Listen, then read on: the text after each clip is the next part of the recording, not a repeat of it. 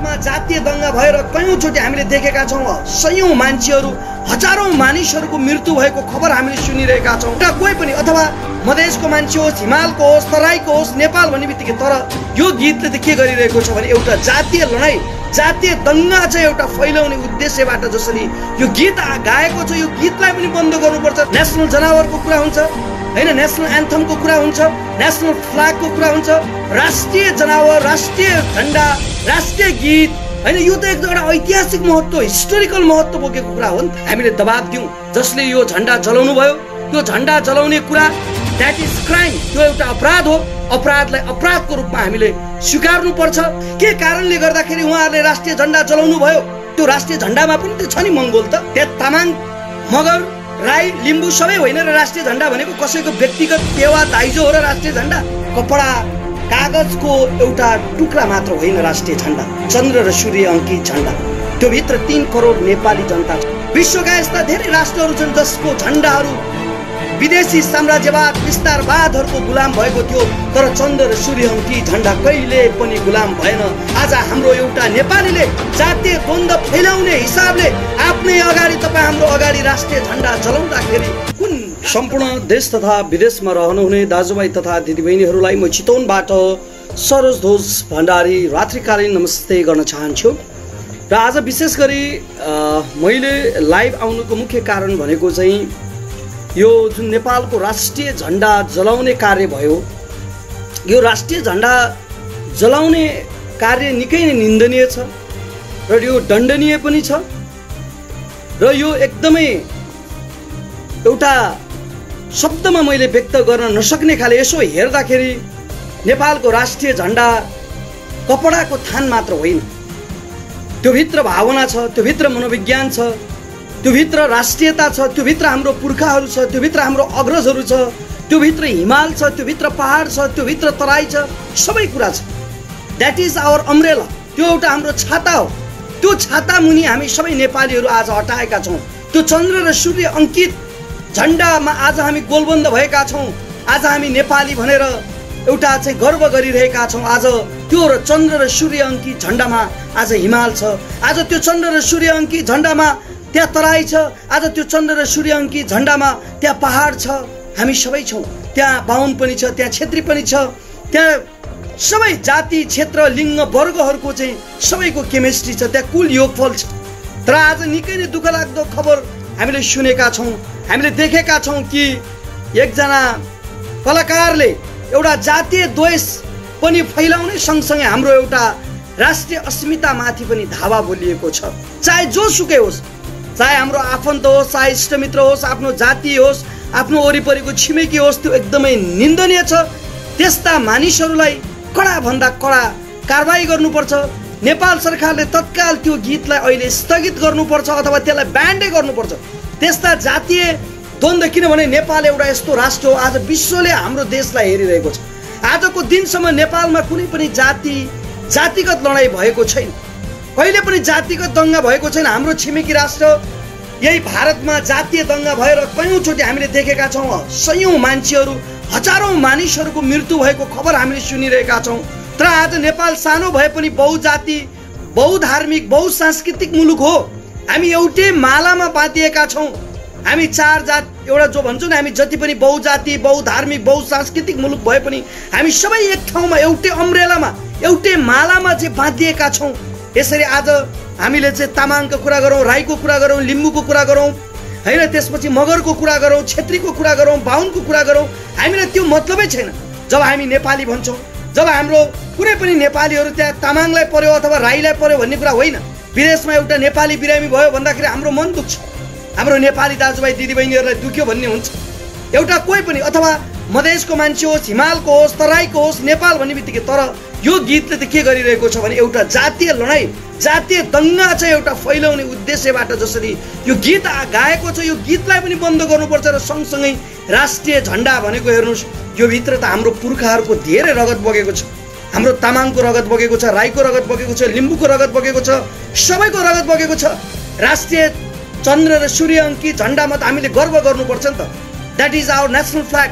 हरेक ठाउँमा, हरेक देशमा हाम्रो कुरा मात्र होइन, नेसनल जनावरको कुरा हुन्छ, हैन, नेसनल एन्थमको कुरा हुन्छ, नेसनल फ्ल्यागको कुरा हुन्छ, राष्ट्रिय जनावर, राष्ट्रिय झण्डा, राष्ट्रिय गीत, हैन, यो त एउटा ऐतिहासिक महत्त्व, हिस्टोरिकल महत्त्व बोकेको कुरा हो नि त। यो हाम्रो कुरा मात्र होइन, संसारभरि, संसारमा जसले पनि तपाईँ हेर्नुहोस् त, कुनै पनि एउटा शुभ कार्य, एउटा भावुक, हामीले एउटा फुटबल कुनै दुईटा राष्ट्रबीच, नेपाल र इन्डिया बीच खेल हुँदैछ भने त्यहाँबाट नेपाली खेलाडीहरूले छातीमा हात राखेर सयौं थुङ्गा फुलका हामी एउटै माला नेपाली सार्वभौम भई फैलिएका मेची महाकाली भनेर छातीमा हात राखेर राष्ट्रिय गान गाउँछ। त्यो राष्ट्रिय गानसँगै हाम्रो झण्डा हुन्छ त्यहाँ। अनि त्यस कारणले गर्दाखेरि यसो हेर्दाखेरि त उहाँहरूले 200-400 रुपियाँमा किनेर त्यो झण्डा चलाउनु भयो होला। त्यो गीत हेर्नुहोस् न, त्यो गीतमा अहिले हामीले बाहुन छेत्री दमै अथवा चाहिँ बाहुन छेत्री चाहिँ तपाईँको चाहिँ वादक हुन् ताम, यस्तो कुरा होइन नि त। यो देश सबैको साझा फुलबारी हो। यो तामाङको पनि हो, यो हिन्दूको पनि हो, यो मुसलमानको पनि हो, यो बौद्धिस्टको पनि हो। हामी नेपाली, मैले धेरैचोटि भन्ने गरेको छु, हामीले यहाँ पार्टीगत रूपमा पनि होइन, जातिगत रूपमा पनि होइन, वी आर नेपाली। जब हामीले नेपाली भनेर चाहिँ हामीले सोचाइ राख्छौँ, दृष्टिकोण राख्छौँ, हामी सबैले जित्छौँ। हाम्रो देशले जित्छ। यो देशले हार्नु हुँदैन। देशले हार्ने कुरा गर्नु भनेको हामीले पनि हार्ने कुरा गर्नु हो। त्यस कारणले गर्दाखेरि हामीले दबाब दिउँ। जसले यो झण्डा जलाउनु भयो, त्यो झण्डा जलाउने कुरा हामी यसमा कोही पनि पोलराइज नहौ। That is crime. त्यो एउटा अपराध हो। अपराधलाई अपराधको रूपमा हामीले स्वीकार्नुपर्छ र अपराधीलाई कानुनको कठघरामा ल्याउनु पर्छ भन्ने आवाज हामी 3 करोड नेपाली जनताले, मलाई लाग्छ आज हरेक नेपालीलाई दुखेको छ। हिमाललाई दुखेको छ, तराईलाई दुखेको छ, पहाडलाई दुखेको छ। आजको तपाईँले सामाजिक सञ्जालमा हेर्नु भने दुईटा कुरा बढी चर्चामा छ।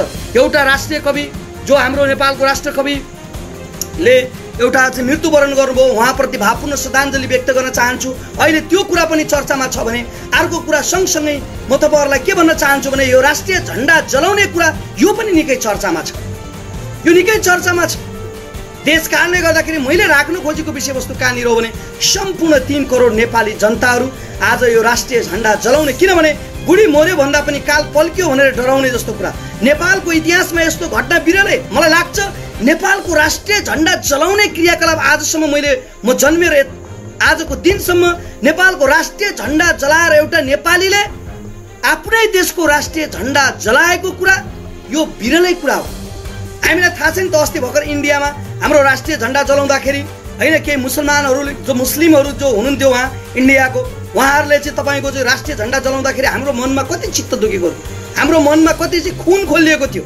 त्यस कारणले गर्दाखेरि चाहिँ यो पहिलो कुरा त यो जातिगत रूपमा चाहिँ यति सुन्दर शान्त विशाल राष्ट्र हाम्रो नेपाललाई जातिगत द्वन्द्वमा लाने वातावरण, यस्ता खाले चाहिँ त्यसलाई प्रोत्साहन गर्ने, त्यसलाई चाहिँ तपाईँको चाहिँ मलजल गर्ने खालको गीतहरू, सङ्गीतहरू मलाई लाग्छ हाम्रो कलाकारहरूले, हाम्रो सबै दाजुभाइ दिदीबहिनीहरूले त राष्ट्रियताको कुरा गर्नुपर्छ।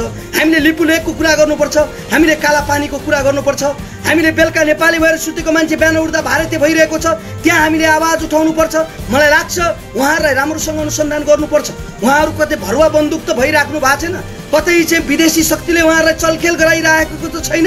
प्रश्न यहाँनिर पनि छ, यो सामान्य कुरा होइन।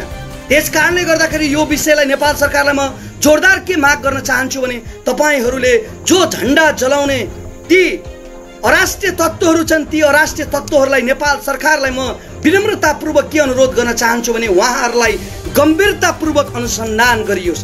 के कारणले गर्दाखेरि उहाँहरूले राष्ट्रिय झण्डा जलाउनु पर्ने बाध्यता आइलाग्यो, के कारणले गर्दाखेरि उहाँहरूले राष्ट्रिय झण्डा जलाउनु भयो। हाम्रो प्राणभन्दा प्यारो यो मातृभूमिको एउटा जुन पहिचान छ, जुन आइडेन्टिटी छ, त्यो आइडेन्टिटी भनेको हाम्रो नेसनल फ्ल्याग हो। त्यो नेसनल फ्ल्याग भनेको हाम्रो डिग्निटी हो, त्यो हाम्रो स्वाभिमान हो। हामी जहाँ जाँदाखेरि पनि हामी नेपाली भनेर चिनाउने एउटा पहिचान हो।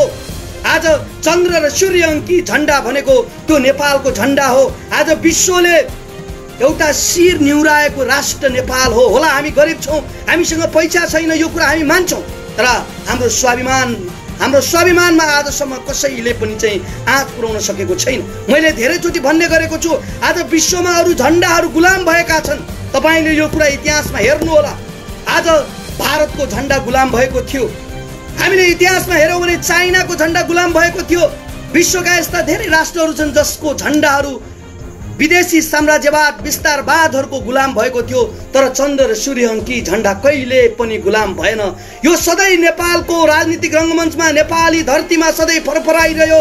यसले कहिले पनि चाहिँ तपाईँको चाहिँ कसैको पनि गुलाम हुन नपरेको झण्डालाई आज हाम्रो एउटा नेपालीले जातीय द्वन्द्व फैलाउने हिसाबले आफ्नै अगाडि तपाईँ हाम्रो अगाडि राष्ट्रिय झण्डा जलाउँदाखेरि कुन राष्ट्रवादी नेपालीको मन दुख्दैन? आज हरेक नेपालीको मन दुखेको छ। हामीले यो भावावेशमा आएर बोलिरहेका छैनौँ, हामीले विरोधका लागि मात्र गरिरहेका छैनौँ, हामीले तथ्यमा कुरा गरिरहेका छौँ। सायद तपाईले तपाईको क्षमता ठिक छ, तपाईसँग भएको त्यो कलाकारिता, तपाईसँग भएको त्यो क्षमता तपाईले राष्ट्रको हितमा गर्नु पर्थ्यो, राष्ट्रको हितमा होइन। तपाईले जुन क्रियाकलाप गर्दै हुनुहुन्छ, जुन क्रियाकलाप गर्नुभयो त्यो राष्ट्रको हितमा छैन, त्यो राष्ट्रको पक्षमा छैन, त्यो राष्ट्रको विपक्षमा छ। यो कुरा पनि तपाईँ हामी सम्पूर्ण नेपाली दाजुभाइ दिदीबहिनीहरूले ती अराष्ट्रिय तत्त्वहरूलाई बोध गराउन जरुरी छ। मैले आज सुन्दै थिएँ, पछि लाइभमा आएर पनि उहाँले अझ जातीय विद्वेष, एउटा चाहिँ भनौँ न एउटा जातीय द्वन्द्व फैलाउने खालको अभिव्यक्ति दिँदै हुनुहुन्थ्यो। हामीले कोही पनि नेपालमा आजसम्म कहिले पनि हेर्नुहोस्, म तपाईँहरूलाई अनुरोध गर्न चाहन्छु, 3 करोड नेपाली जनता यति महान छन् कि नेपाली जनताले कहिले पनि जातिगत रूपमा यो जाति ठुलो यो सानो अथवा तपाईँको चाहिँ तामाङ हाम्रो देशको होइन, बाहुन हाम्रो देशको होइन, हामीले यसरी भनेका छैनौँ। मैले तपाईँहरूलाई यो कुरा पनि म भन्न चाहन्छु। त्यस कारणले गर्दाखेरि मेरो विशेष गरी चाहिँ जोड भनेको चाहिँ तपाईँहरूलाई कहाँनिर हो भने अबका दिनमा यस्ता अराष्ट्रिय तत्त्वहरूको चाहिँ जन्म नहोस्। मलाई त के लाग्छ भने उहाँहरूको मानसिक सन्तुलन त ठिक छ, एकचोटि त्यो पनि चेक गर्नुपर्छ जस्तो मलाई लाग्छ। कहाँबाट कसरी आयो होला के त्यो कुरा, के आफ्नो राष्ट्रिय झन्डा जलाउने कुरा, नेसनल फ्ल्याग जलाउने कुरा तपाईँ एकछिन इमेजिनेसन गर्नुहोस् त, कल्पना गर्नुहोस् त। हामीले त सानैदेखि चाहिँ राष्ट्रिय झन्डाप्रति त एउटा सद्भाव, एउटा माया, एउटा चाहिँ एउटा छुट्टै भावना, हामीले झन्डा बनाउँदाखेरि पनि नेसनल फ्ल्याग होइन, छुट्टै प्रकारको एउटा गौरव गाथा गाएर बसेका मान्छेहरू हुन् त हामी नेपालीहरू। आजसम्म धेरै व्यवस्थाहरू परिवर्तन भए, धेरै प्रधानमन्त्रीहरू परिवर्तन भए, नारायणी नदीको पानी धेरै बग्यो, गण्डकीको पानी धेरै बग्यो, कोशीको पानी धेरै बग्यो, तर राष्ट्रिय झन्डा सधैँ अटल छ। चन्द्र र सूर्य जो अङ्की झन्डा छ त्यो सधैँ अटल छ। यसले कहिले हारेको छैन। चन्द्र र सूर्यले सधैँ जितेको छ। होला राष्ट्रमा कहिलेकाहीँ कुन पार्टीले जित्यो होला, कुन पार्टीले हार्यो होला, कहिलेकाहीँ कुन व्यवस्था आयो होला, त्यो कुरा अलग छ। नेपालको राजनीतिक रङ्गमञ्चमा त्यो भएको छ, तर आजसम्म नहारेको झन्डा हो चन्द्र र सूर्य अङ्की झन्डा। त्यो कारणले गर्दाखेरि पनि यो झन्डा हार्नु भनेको हामीले हार्ने कुरा हो, नेपालले हार्ने कुरा हो। नेपालले हार्ने कुरा भनेको नेपालीले हार्ने कुरा हो। नेपाल र नेपालीले हार्ने क्रियाकलाप हामी कसैले पनि नगरौँ न प्लिज। यस्तो क्रियाकलाप गर्नु हुँदैन। यस्तो क्रियाकलापलाई हामीले प्रशय पनि दिनुहुन्न। हामीले घोर निन्दा र भर्त्सना गर्नुपर्छ। जोसुकै होस्, भोलि मैले गर्छु भने मलाई पनि निन्दा र भर्त्सना गर्नुपर्छ। तपाईँले गर्नुहुन्छ भने तपाईँलाई पनि निन्दा र भर्त्सना गर्नुहुन्छ। मेरो बुवाले गर्नुहुन्छ, मेरो हजुरबाले गर्नुहुन्छ, मेरो आफन्तले गर्नुहुन्छ, मेरा साथीले गर्नुहुन्छ, मेरा इष्टमित्रले गर्नुहुन्छ भने पनि हामीले निन्दा र भर्त्सना गर्नुपर्छ र हामी गर्नेछौँ। र आजको हाम्रो मुख्य कुरा भनेको मैले एकदमै सर्टकटमा भन्नुपर्दाखेरि त्यो एउटा कपडा कागजको एउटा टुक्रा मात्र होइन राष्ट्रिय झन्डा, चन्द्र र सूर्य अङ्की झन्डा। त्यो भित्र 3 करोड नेपाली जनता छ। त्यो भित्र नेपालको बहुजाति, बहुधार्मिक, बहुसांस्कृतिकहरूको त्यहाँ केन्द्रीकरण छ। त्यो भित्र हाम्रो भावना छ, त्यो भित्र हाम्रो पुर्खा छ। आज तपाईँले हेर्नुहोस् त, हाम्रा पुर्खाहरूले यो राष्ट्र नेपाल आज त्यसै जोगाएर राखेको हो त। कति गर्वले मैले धेरैचोटि भन्ने गरेको छु कि अमरसिंह थापालाई त्यहाँ हेर्नुहोस् त, डडेलधुराको अमरगढी किल्लामा हेर्नुहोस् त, उहाँले बोलेको कुरा तपाईँ उसमा दार्जिलिङ यो हाम्रो देहरादुनको चाहिँ किल्लामा गएर हेर्नुहोस् त, तपाईँले त्यहाँ के भन्छ, कति गर्व गर्छन्। शत्रुहरूले पनि चाहिँ नेपालीहरूको त्यहाँ प्रशंसा गरेका छन्। कुमाउँ र गढवालको राजा बनाइदिन्छु भनेको होइन, त्यसका बावजुद पनि त नमानेको हो नि त अमरसिंह थापा। त्यसै यो आज राष्ट्रिय झन्डा सायद आज हाम्रो पुर्खाहरूले आफ्नो ज्यानको प्रवाह नगरी, आफ्नो व्यक्तिगत स्वार्थको प्रवाह नगरी यो राष्ट्रको लागि, राष्ट्रियताको लागि नलडिदिएको भए यो चन्द्र सूर्य अङ्की झन्डा हुन्थेन। आज स्वतन्त्र राष्ट्र नेपाल हुन्थेन। आज या त हामी चीनको उपनिवेशमा हुन सक्थ्यौँ, या त आज हामी इन्डियामा गाभिएका हुन सक्थ्यौँ, तर आज हामी सानो छौँ, तर पनि हाम्रो आफ्नो छुट्टै पहिचान छ, हाम्रो छुट्टै अस्मिता छ, हाम्रो छुट्टै आइडेन्टिटी छ। नेपाल होला जियोग्राफिकल्ली हामी सानो छौँ, इकोनोमिकल्ली हामी पुवर छौँ, त्यो अलग कुरा रह्यो, तर हाम्रो आइडेन्टिटी छ। त्यो आइडेन्टिटीलाई मार्ने काम कसैले पनि नगरौँ। कस्तो मैले एउटा कुरा अचम्म लागेको कुरा सुनेको छु त्यसको चाहिँ त्यहाँ वरिपरि चाहिँ त्यो सुटिङ हेर्ने मान्छेले पनि रोक्नु पर्दैन अलिकति दिमाग त्यहाँ सल्लाह सुझाव दिनु पर्थ्यो नि त्यो भिडियो गर्ने डाइरेक्टर को होला त्यस्तो भिडियो गर्ने प्रोड्युसर को होला क्यामेराम्यान त समात्यो भनेको छ कमसेकम त एकजनाको त मिस्टेक हो नि त त्यहाँ त ठुलै समूह छ नि के चेतनाले चाहिँ त्यहाँ सुटिङ गरे होला गर्वका साथ के फेरि आफ्नो राष्ट्रिय झन्डा चाहिँ जलाउँदाखेरि अलिकति मान्छेलाई पोल्छ नि बडा चाहिँ एकदम मङ्गोल हाम्रो सम्पत्ति पनि हो नि त मङ्गोल भनेको त चाहिँ तपाईँको त्यो राष्ट्रिय झन्डामा पनि त छ नि मङ्गोल त राष्ट्रिय झन्डामा छैन त्यहाँ तामाङ मगर राई लिम्बू सबै होइन र राष्ट्रिय झन्डा भनेको कसैको व्यक्तिगत पेवा दाइजो हो र राष्ट्रिय झन्डा हामी सबैको साझा सम्पत्ति होइन राष्ट्रिय झन्डा आज जसले नेपाली भन्छ हामीले जातिगत कुरा नगरौँ न जसले नेपाली भन्छ त्यो सबै नेपालीको राष्ट्रिय चाहिँ एउटा चाहिँ त्यो झन्डा सबैको साझा सम्पत्ति हो र मैले आज विशेष गरी म एकदमै मलाई खप्पिसक्नु भएन के बोल्न त केही पर्छ यो विषयमा भन्ने लागेर म आज तपाईहरुसँग आछु व्यापक जनदबाव सिर्जना गरौँ यो कुरा मलाई लाग्छ कोही कसैलाई पनि यो कुराले सबैलाई छोएको छ सबैलाई आज दुखेको छ कोही मान्छे पनि मलाई लाग्छ आज हाम्रो इन्डियासँग चाहिँ एउटा लडाई परिरहेको छ आज भूमिको लडाई परिरहेको छ कहिलेकाहीँ भन्छ नि गाउँघरमा शत्रु हसायो भने जस्तो के आफ्नो देशको लागि राष्ट्रियताको लागि आवाज उठाउनु पर्ने बेलामा ती गायकहरूले त लिपुलेखको बारेमा चाहिँ आवाज उठाउनु पर्थ्यो ती गायकहरूले आफूले गुमेको भूभागको बारेमा आवाज उठाउनु पर्थ्यो अनि आफ्नै राष्ट्रिय झन्डा जलाएर शत्रु हसाउने काम गर्ने हो त यो एउटा विषम परिस्थितिमा त्यस कारणले गर्दाखेरि पनि मेरो माग तपाईँ सम्पूर्ण यो राष्ट्रलाई माया गर्ने यो मुलुकलाई माया गर्ने तपाईँ सम्पूर्ण राष्ट्रप्रेमी बुवा आमा दाजुभाइ दिदीबहिनीहरूलाई म अनुरोध गर्न चाहन्छु यस्ता प्रवृत्तिहरू यस्ता पात्रहरूलाई हामीले समाजमा 1 इन्च पनि ठाउँ नदिउँ